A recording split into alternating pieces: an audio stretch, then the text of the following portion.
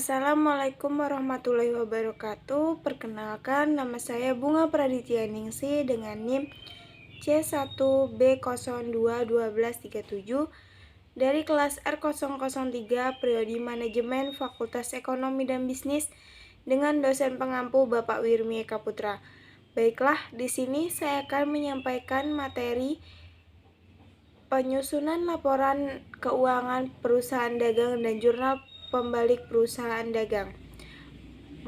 Materi yang pertama yang saya akan sampaikan yaitu penyusunan laporan keuangan perusahaan dagang. Laporan keuangan perusahaan dagang adalah laporan yang disiapkan oleh perusahaan untuk menyajikan kinerja dan posisi keuangan pada suatu titik waktu.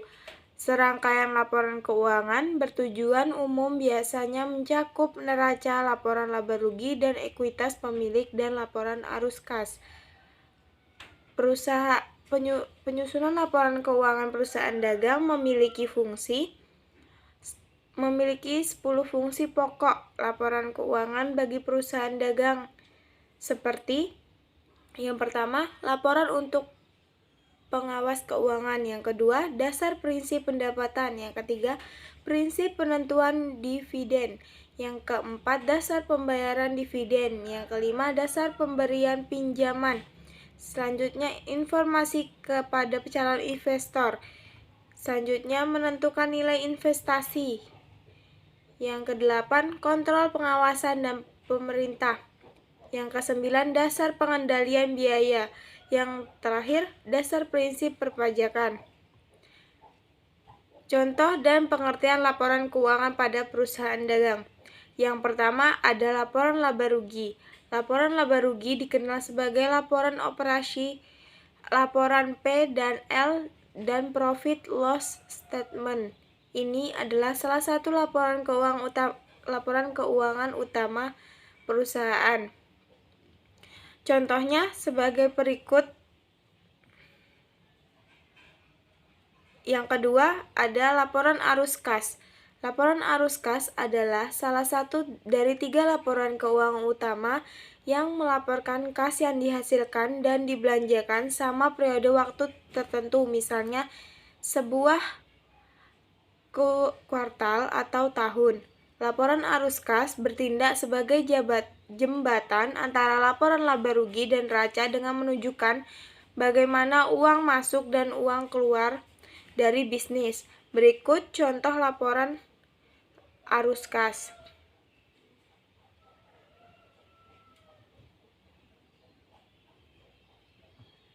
Selanjutnya ada neraca. Neraca membantu pemilik dan stakeholder bisnis dan alias mengevaluasi posisi keuangan perusahaan, serta keseluruhan dan kemampuan untuk membayar kebutuhan operasional dalam bisnis. Contohnya, neraca sebagai berikut.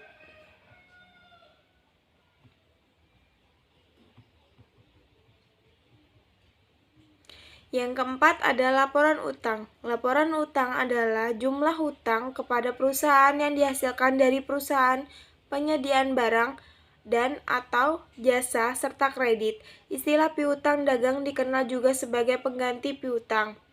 Berikut adalah contoh dari laporan utang.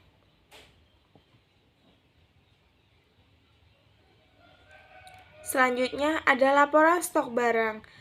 Laporan keuangan perusahaan dagang yang tidak kalah penting adalah laporan stok barang yang berisi daftar barang, stok pergudangan, dan SKU.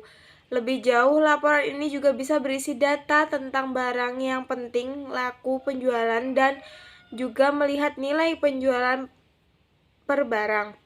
Berikut contoh laporan stok barang.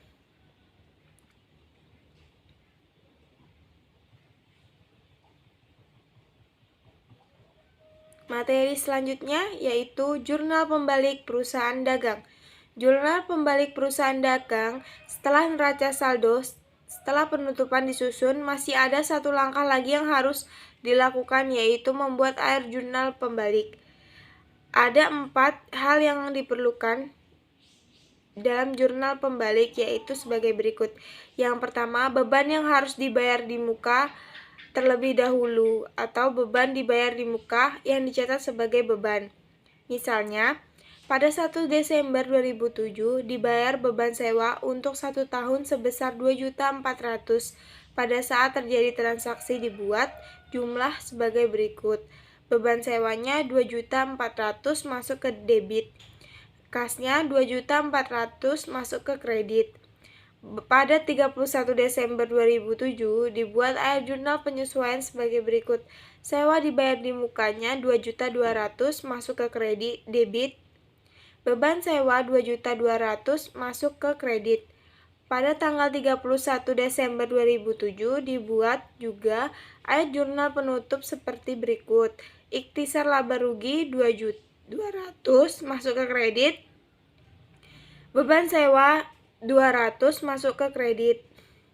Adapun ayat jurnal pembalik yang dibuat yaitu sebagai berikut. Beban sewa 2.200.000 masuk ke debit. Sewa dibayar di muka 2.200.000 masuk ke kredit. Selanjutnya ada pendapatan yang belum direlasikan pendapatan diterima di muka yang dicatat sebagai pendapatan. Misalnya, pada 1 September 2007, perusahaan menerima pendapatan untuk 6 bulan sebesar 2.400.000 pada saat terjadi transaksi dibuat jurnal sebagai berikut. Kasnya 2.400.000 masuk ke debit, pendapatan sewa 2.400.000 masuk ke kredit. Pada tanggal 31 Desember 2007 dibuat ayat jurnal penyesuaian sebagai berikut. Pendapatan sewa 800.000 masuk ke debit, sewa diterima di muka 800.000 masuk ke kredit. Selanjutnya pada tanggal 31 Desember 2007 dibuat ayat jurnal penutup sebagai berikut.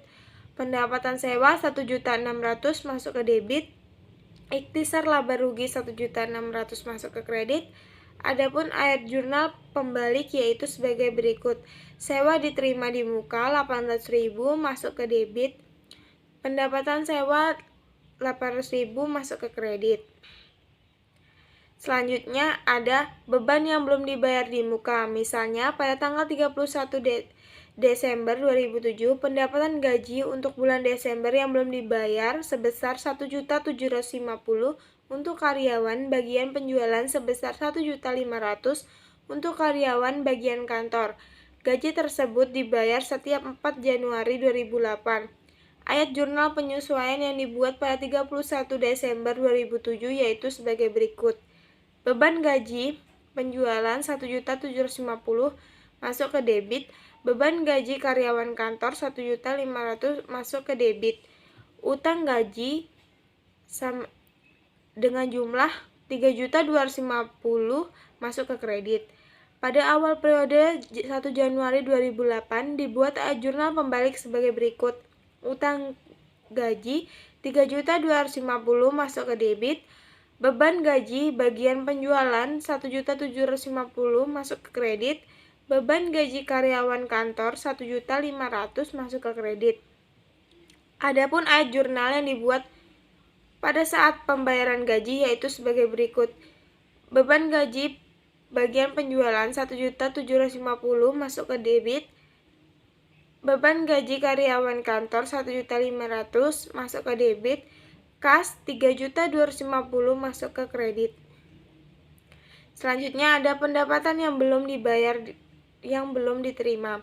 Misalnya, perusahaan menerima bunga setiap pada tanggal 1 Mei dan 1 November sebesar 600.000.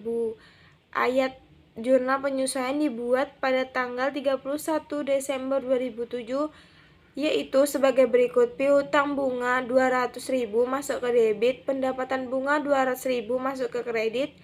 Jurnal pembalik yang dibuat pada 1 Januari 2008 yaitu sebagai berikut. Pendapatan bunga 200.000 masuk ke debit, piutang bunga 200.000 masuk ke kredit. Adapun ayat jurnal yang dibuat pada saat pembayaran 1 Mei 2008 yaitu sebagai berikut. Kas 600.000 masuk ke debit, piutang bunga 600.000 masuk ke kredit. Jurnal pembalik perusahaan dagang. Adapun Jurnal pembalik untuk kasus perusahaan Surya Sejati yaitu sebagai berikut. Berikut contoh dari jurnal pembalik perusahaan Surya Sejati per 1 Januari 2008.